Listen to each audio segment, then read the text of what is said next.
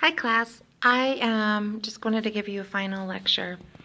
Um, so in this discussion of peace, I found that for me, and I think this just kind of it just makes logical sense, right?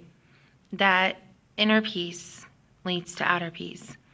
I'm a firm believer in the nonviolent communications model that Dr. Marshall has come up with, and I posted that on our announcements.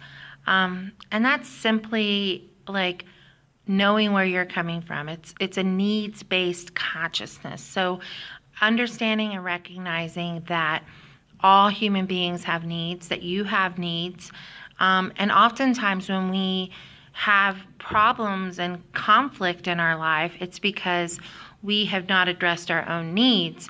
We also maybe don't think of other folks' needs. So this is very much like taking it from the point of view that everybody has similar needs for, obviously our basic needs, our physiological needs, which are, part and parcel of Maslow's hierarchy of needs, but also we have emotional needs. We do all want to be accepted. We all want to be part of something bigger. We all want to be part of this human connection. This is so key. So let's think about that for a little bit. Like, if we have folks that are in our society that aren't having their needs met, the likelihood of conflict is really, really great.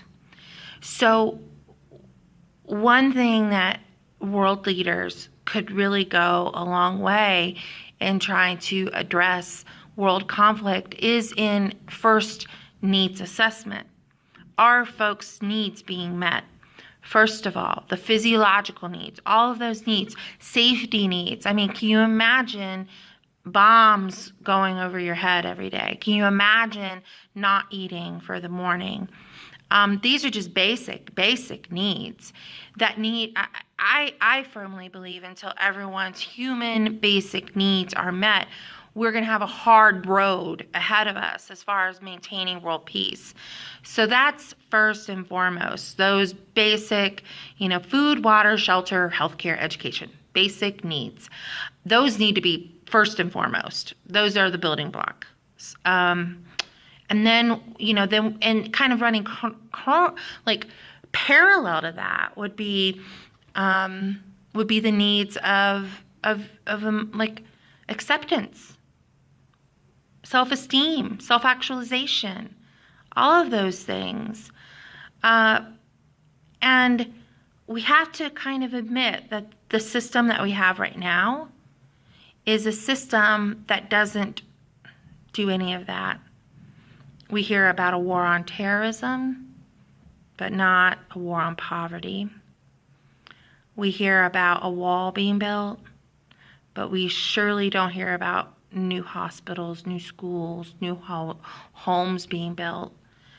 And that's why we keep having conflict, is because we haven't secured those needs. We haven't gotten those in place.